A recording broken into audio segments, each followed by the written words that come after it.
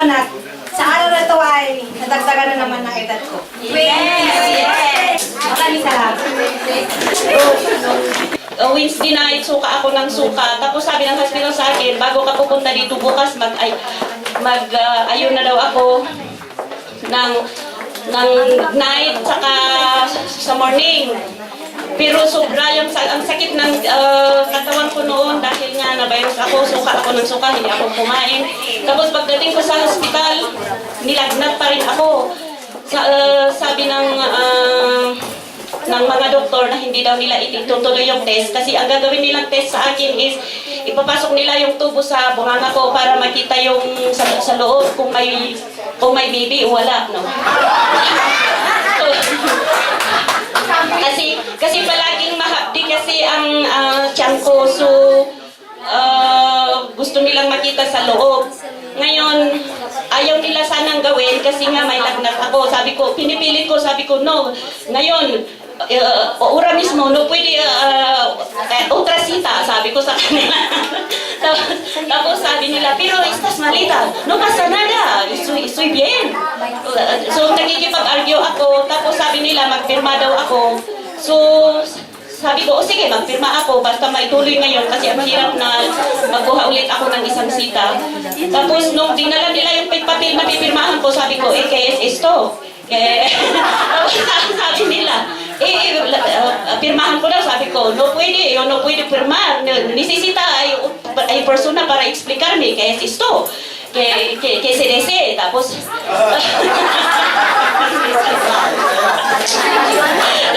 tapos ano nila, naghanap sila ng doktor na pumunta na nag-explain. Yun pala nung pumunta na in-explain, sabi niya, nakasulat daw doon na hindi daw nila sana gawin yung test sa akin. Pero dahil nga nakita nila na masama yung pakiramdam ko, pero nagpupumilit pa rin ako. So kung may mga mangyaring masama at pagkatapos, it's not their, hindi sila nila pananagutan. So sabi ko, no pasa nada, porque yo orar con mi Dios por la mañana y soy todo bien, no pasa nada, no te preocupes. Tapos sabi, sige, humiga ka, pinahiga nila ako. Tapos nung sabi nila, sige, ilagay kasi nila sa bunganan na plastic, di ba? Tapos nung inanam mo yung bunganan mo, nagkahulog na yung mga ngipin ko, sabi nila, wala kang ngipin. Yung nasa baba, gumanyan yung nasa baba, nahulog. Tapos, sabi nila, tignan mo, wala ka pang ngipin. Tapos sabi ko nung pasanada, mamaya okay na lang yan, basta ituloy yung test kasi ang hirap magpaalam sa hipi ko. Tapos, tinuloy na lang. Inisprehan nila yung dito ko. Tapos nung pagkita ko yung tubo kasing laki ng daliri ko na ganito, na may flashlight dito sa dulo. Tapos parang ahas yung kulay na itim na may mga batik-batik na yelo at saka puti. So sabi nila, traga, kapag ipasok daw nila, magtraga daw ako. Paano ko ako magtraga? Yung iniisip ko parang ahas. Instead na magtraga ako, kumanya na ako. Tapos, hindi pwedeng kailangan pumasok yung hangin, sabi nila. So, pinilit kong nagtraga, tapos para akong bata nga. Tatlo silang mga doktor na iwan ko may ginaganyan yung mga iba. Tapos hindi ko naramdaman yung pagpasok ng tube. Tapos nung inalis nila, nahilo ako. Tapos nagsuka ulit ako doon. And then pinipilit ko na, sabi ko, bumangon pa rin ako. Kinuha ko yung abrigo ko after na nagsuka ako doon sa lababo nila. Tapos pumunta ako ng toilet, hindi ko alam na may sumunod sa akin na doktor na inaano nila, sabi nila, estás muy malita. Pero bumaba talaga yung fever ko kasi pinainom nila ako bago nila ginawa yung test. Tapos, pinilit nila akong bumalik sa loob at humiga, natulog ako. Siguro mga 30 minutes and then nagising ako. Tapos, bumangon ako, tuloy-tuloy na akong lumabas. Sabi ko magtataksi ako na pupunta sa Islas Pilipinas kay Abogada. nung nakita ko yung wallet ko, 10 euros lang, ay paano ako mag-taxi dito? Naghanap ako ng bangkiya, wala akong makita. So, tapos, nagsabi ko magbas na lang ako. Yun na, nung nagbas na ako, ewan ko na mental block siguro ako dahil wala na akong, wala akong maisip na bigla lang akong, at saka umuulan pa yun. Noong nagkamalay ako, bakit andito ako sa pintuan namin sa ISO, sa building?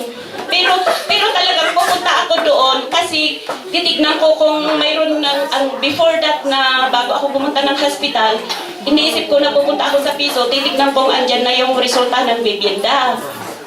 Tapos may hawak-hawak ako na payong, tapos may hawak akong bag ng Burger King. Tinignan ko sa loob, may alitas di puyo, may burger, may french fries. Iniisip ko, paano, may coke pa na hawak-hawak ko. Paano ko kaya, hindi ko talaga alam kung paano ko binili. So nung binuksan ko yung pintuan namin, tinignan ko yung wallet ko kung wala yung 10 euros ko. Siguro ako ang bumili nito. So, tinignan ko na wala nga talaga yung 10 euros ko. So, ibig sabihin ako ang bumili pero hindi ko alam kung paano ko binili, paano ako bumaba sa bus. So, nagpapasalamat talaga ako sa Panginoon dahil siya ang tumulong sa akin hanggang ngayon. Medyo mahirap pa yung pakiramdam ko. Na parang ako ay madaling mapagod. Amen. Tapos, noong nakita ko yung french fries, kasi hindi nga ako kumain ng gabi at umaga, nanginginig ako sa gutom. Kumain na ako, pero doon ko na naramdaman na wala na yung anesthesia sa liig ko. Ano ko na alam, may naipasok talaga dito sa lalamunan na masakit kapag ako ay lumulunok. Pero kumakain pa rin ako dahil gutom na gutom ako. Kinakain ko yung french fries na hindi ko alam kung paano ko binili. So, pumunta ako kay abogada, sabi ni abogada na ibigay mo sa akin yung mga papel, andyan yung mga papel sa harap ko, hindi ko makita kung saan ang original, parang nanginginig na ako talaga. So, talagang ipinapasalamatan ko lang ang Panginoon dahil siya ang nag-guide sa akin na hindi ko alam kung ano talaga, kung paano ako pumunta sa piso, paano ako bumaba sa bus. Siya ang nag-guide sa akin sa time na na-mental block ako. So, wala talagang imposible sa Panginoon. At saka, praise God din dahil favorably na talaga ang aking bibienda.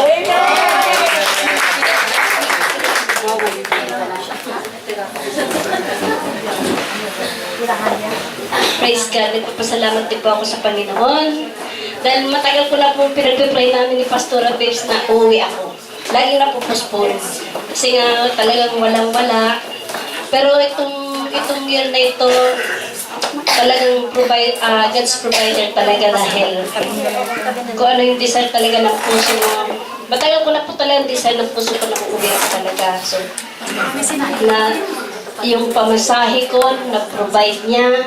Tapos yung mga dadalhin ko, sabi nila sa akin, Mama, mag-impake ka na. Sabi niya kasi nandun sa latag, ang dami-dami na. So, tapos yung bala ko pa po na ipapakasal ko talaga yung anak ko dahil nagsasama. Pagka-graduate niya ng civil engineering, pumunta na po siya sa Maynila para magtrabaho silang dalawa ng boyfriend niya. So, kumuha sila ng isang apartment lang. So, nagsama na sila. Civil engineering po yung boyfriend niya. Dahil nakapasa po kaagad sila ng board exam. So, doon po sila nagtrabaho. So, nagsasama na po sila. So, sabi ko sa kanya, kaya kung ikutin na natin siya. Sabi ko, nagpakasal na kayo. Sabi ko sa kanya. Maski sabi ko sa Huwes lang. Sabi ko, maski sa Huwes lang.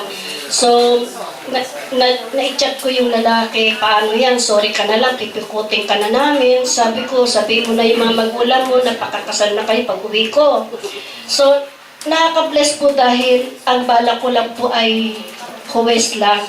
So, sabi nung anak ko, Mama, pagdating mo, pupunta yung magulang ni Jomar sa bahay at mag-usap-usap kayo. At sino ba yung mga ninang? So, napili ko ninang si Sister Shianit at si, total naman, nandun naman sila. So, nagpapasalamat talaga ako sa Panginoon dahil sa totoo lang, nagbalak po talaga, pinabalak ko na uwi ako talaga na talagang zero balance po talaga. Alam yan ni Leslie. So, pero ngayon, hindi ko po alam kung saan nanggagaling yung mga dadalhin ko doon. Tapos, yung balak kong pakasal na sa Huwes lang, pupunta pa yung magulang ng lalaki. Tapos, pagdating ko doon, magkikita kami ni Pastor Larry din. Pupunta kami ng Montalban dahil meron doong evangelism ng 14. So, alis ako na ng 11. Isang araw na pahinga, biyahe na naman Maynila. So, sabi ni Pastor Larry sa akin, mag-testimony ka doon, sabi niya. So, talagang ang Panginoon, yung bang, huwag kayong mag-ano na yung sugod ng sugod, kung ano talaga yung kalooban ng Diyos. Pagka yung kalooban talaga ng Diyos na ibibigay niya lahat, nandoon lahat, kumbaga package deal. Hindi yung, kasi may mga tayo na pupunta tayo ng halimbawa magpapakasyon tayo na alam mo wala ka naman na hindi naman talaga kalooban ng Panginoon. Pero iba pa rin talaga yung kalooban ng Panginoon. Kasi pag kalooban ng Panginoon, makikita mo, nandyan na yung pamasahe mo, nandyan na yung mga dadalhin mo na pasalubong, may gagawin ka pa roon, tapos may gagawin ka pa roon na event, tapos may yung plano mo na papakasal yung anak mo sa Huwes lang, pero pagpakasal na pupunta pa yung mga magulang na lalaki. Kaya nagpapasalamat ako ng buong puso sa Panginoon dahil next week aalis na po ako. So hindi ko na po makikita sila Pastora Babes kasi next week wala na sila dito. Pupunta rin sila ng Mallorca. So pinupuri ko ang Diyos na buhay dahil talagang ang pag-ibig niya hindi nagmamahal sa amin. Nagpapasalamat din po ako sa Panginoon. Hindi lang akala lang ni Mama siya lang. Nagpapasalamat ako sa Panginoon kasi nga next year din po, pinrovide na po ng Panginoon yung tickets namin. Hawak ko na yung tickets namin 3. So kahit mabigat sa bulsa, pero pinrovide din po ng Panginoon yun. So napakabuti ng Panginoon kasi isang hiling lang po natin, inibigay niya na. Isang request lang natin, nandyan na. So, thanks God kasi this March, sulitin po kami. Hindi lang si Mama, kami rin po. So, nagpapasalamat kayo ng lubusan. Magandang umaga po sa inyong lahat. Ako'y nagpapasalamat sa Panginoon dahil kahit paminsan-minsan akong nakakapunta sa church, binibigyan ako ng lakas at pagkakataon na makapunta dito. Ako'y nagpapasalamat din dahil ang manugang ko ay na-aproban yung papel niya sa Pilipinas, may visa niya. Kaya sabi nga ni Pastor Chris nung isang linggo na tinanong niya sa akin kung na-aproban niya yung papel niya. Sabi ko dito sa Madrid na-aproban pero sa Pilipinas hindi pa. Pero nung tumawag kami nung isang araw, na-aproban na, nabigyan na ng visa. Kaya sabi ni Pastora noon, answer prayer. Kaya magpapasalamat po ako sa inyong lahat, sa mga prayer ninyo, at lalong-lalong na sa Panginoon.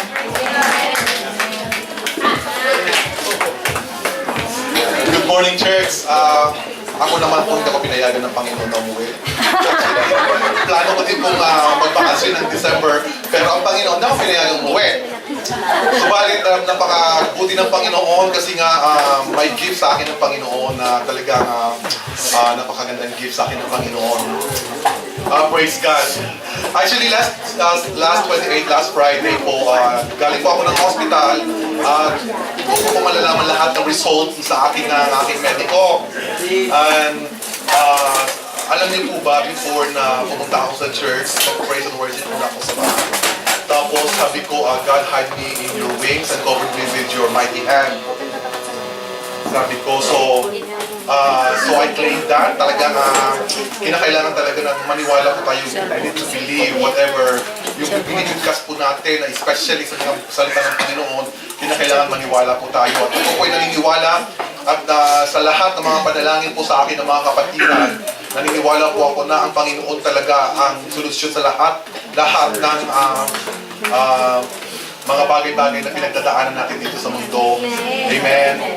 Alam niyo po ba, God give me the best gift. Actually, yung mga schedule ko for surgery, hindi po ako maoperahan. At saka, bago po ako papasok doon sa turn ko, doon sa clinic, doon sa doctor, I keep on singing, sabi ko, hide me now under your wings, cover me within your mighty hand. Alam niyo po ba, that lyrics of the song, talagang kinakailangan maniwala ka. Kasi God is my healer, God is my provider, God is my rock. So sa oras po na yon, nung turn ko na, tinitignan po ako ng doktora. Sabi niya sa akin, this coming December, mayroon kang 5 series of check-up. So, ibig sabihin, yung 5 series of check-up ng buong December, talaga, hindi po ako inalaw ng Panginoon na magbakasyon. No? Hindi po ako inalaw ng Panginoon. Pero pinupuri ko pa po ang Panginoon dahil alam ko na may ginagawa ang Panginoon sa buhay ko this coming December. Sabi ko, tinanong ko yung doktora, bakit po ba kipasok? Kasi sa lahat ng test na pinagdaanan ko, lahat ay negative. Wala silang makita. So, ako naman, natuwa ako kasi sabi ko sa doktora, praise the Lord, hallelujah. Praise the Lord, hallelujah. Kasi, claim ko na po yun yung result na yun. Talagang hindi po ako nag-doubt. Kasi pag nag-doubt ka, kahit kung hindi ko pagtututa, kumbaga, parang mahina ka sa iyong Panginoon. Eh, sabi ko, malakas ako sa aking Panginoon. Sabi ko gano'n. Kailangan na tayo mag-obey tayo sa Kanya, at higit sa lahat, maniwala po tayo sa Kanyang mga salita. So, sabi ng doktora, pero tataka ako bakit meron kang arrhythmia. Sabi niya ganyan, meron daw akong arrhythmia. So, anytime pwede kang mag-collapse, anytime pwede kang bumigay. Sabi ko, doktora, yung arrhythmia na yan, mawawala yan. Kasi nga, hindi nga ako ma-operahan yan, yung ma-arrhythmia pa. So, sabi niya sa akin, starting next week, for kada week, meron kang examen. Ulitin natin lahat. Ulitin na naman lahat yung ginawa sa akin. So sabi ko, ipapasok na naman ako sa makina, ipapasok na naman ako sa scanner, and then, kasi medyo nagtatakot ko sila doon sa aneurysm, sa brain ko na, kasi sabi nila it's stable, hindi naman, sa ngayon hindi pa siya, kumbaga hindi pa siya that active, kaya laging atang mo lang dyan, it's yung too much emotion. Sabi sa akin, gano'n, saka yung mga mabibigat na mga puwersa, gano'n. Pero alam niyo po ba, nung time na pinapaliwanag sa akin ng doktora, hindi ako nakapokus sa doktora. Tumitingin lang ako sa kanya, pero hindi alam ng doktora na sa isip ko, nag-praise and worship ako. Tumitingin ako. Tapos, naiintindihan mo ba ang sinasabi ko? Ang sagot ko, Amen! Naiintindihan mo ba? Amen! Kasi, sa time na yun, talagang, alam ko talaga, sa oras na yan, mayroon siya ibibigay sa akin sorpresa. Na sorpresa, hindi natin alam kung matinding sorpresa o maganda sorpresa. Pero claim ko ng sorpresa ibibigay sa akin. Sorpresa na manggagaling sa Panginoon. At yun nga po, pinagkaloob sa akin ng Panginoon sa oras na yun, na doon ko po nakita na patunayan ng pag-ibig ng Diyos sa atin. Magtiwala ka, huwag kang mag-doubt, maniwala ka sa Kanya. Lahat po under control, under God's hands. Amen. So, ito lang po masasabi ko sa ating mga kapatid. Sa mga experiences ko po sa buhay, alam ko napakaraming battle, lalo na sa paglapit sa Panginoon, nandiyan ang battle talaga. Talagang kinakailangan paano tayo maging victorious sa harap ng Panginoon at maging victorious sa lahat ng bagay-bagay sa mundo ito. Kinakailangan po talaga, focus lang po tayo sa Panginoon at believe. Yun lang po, maniwala po tayo sa Kanya. Amen. Praise the Lord. Praise God, napakabuti talaga ng Panginoon. Kaya nakita natin kung paano kumilos sa ating buhay ang Panginoon. Kung gaano tayo niya kahalaga, kamahal. Ako naman. Noong pagdating ko dito, talagang doon ko naranasan ang hirap ng buhay. Pag nakapagtrabaho ako, puro hirap, pag-uwi. Kumiyak na lang ako kay Mel. Para akong bata bang hinahatid ako ni Mel sa metro, tuwing maghihiwalay na lang kami every Monday. Para akong bata naiiyak na para bang, kasi intern na ako noon. Parang hindi ko kaya talaga ang buhay dito. Sabi ko, Lord, ayoko na talaga, hindi ko na kaya. Pero pinapalakas pa rin ako ni Mel na talagang ganyan ang buhay. Kaya ayaw kitang pumunta dito dahil alam kong hindi mo kakayanin ang buhay. Ang buhay dito. Maraming salamat sa Panginoon. Ngayong taon na ito, sunod-sunod na blessings ang dumating sa buhay namin. Nagkaroon ako ng trabahong maganda, mababait na amo, mabait na mga alaga, at tinulungan niya akong pirmahan ng papel ko. Nag-aayos na po ako ng papel. At saka si Mel, nagkaroon ng trabahong ngayon sa resto. Naging maayos na ang buhay namin. Kaya talagang napakabuti ng Panginoon. Kaya kailangan natin maging matatag, maging masaya, at kailangan victorious na buhay natin. Andiyan ang Panginoon na magtiwala lang tayo at manalig tayo sa Kanya, hindi niya tayo pababayaan. Lahat ng problema may solusyon. Kaya lagi lang tayong manalangin sa Kanya. Pag hindi natin kaya, Lord, hindi ko na ito kaya, Lord, tulungan mo ako. Andiyan sa tabi natin, handang tumulong. Ipapakita niya ang Kanya pagmamahal sa atin. Yan lang po. Maraming salamat po. Binabalik ko po ang papurit pasasalamat sa Panginoon.